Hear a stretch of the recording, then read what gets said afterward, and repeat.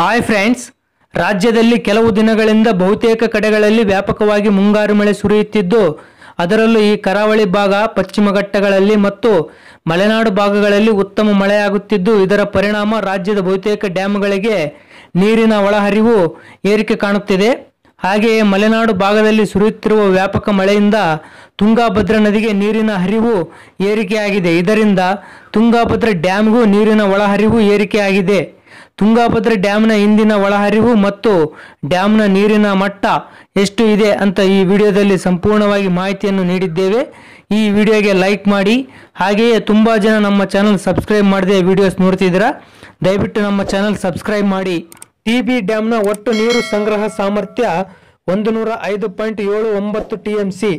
ಇಂದು TB ಡ್ಯಾಮ್ನಲ್ಲಿರುವ ನೀರಿನ ಪ್ರಮಾಣ 4.92 TMC ಮಾತ್ರ. ಟಿ.ಬಿ ಡ್ಯಾಮ್ನ ಮೇಲ್ದಂಡೆ ಮತ್ತು ಕೆಳದಂಡೆ ಕಾಲುವೆಗಳಿಗೆ ನೀರಿನ ಹೊರಹರಿವು ಸಂಪೂರ್ಣವಾಗಿ ಬಂದ್ ಮಾಡಲಾಗಿದೆ.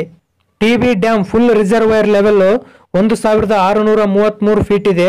ಪ್ರೆಸೆಂಟ್ ರಿಸರ್ವೈರ್ ಲೆವೆಲ್ 1584.67 ಫೀಟ್ ಇದೆ. ಟಿ.ಬಿ ಡ್ಯಾಮ್ಗೆ ಇಂದು 2480 ಕ್ಯೂಸೆಕ್ಸ್ ನೀರಿನ ಒಳಹರಿವು ಬಂದಿದೆ. ಇನ್ನು ಡ್ಯಾಮ್ನ ಹೊರಹರಿವು ಸಂಪೂರ್ಣವಾಗಿ ಬಂದ್ ಮಾಡಲಾಗಿದೆ.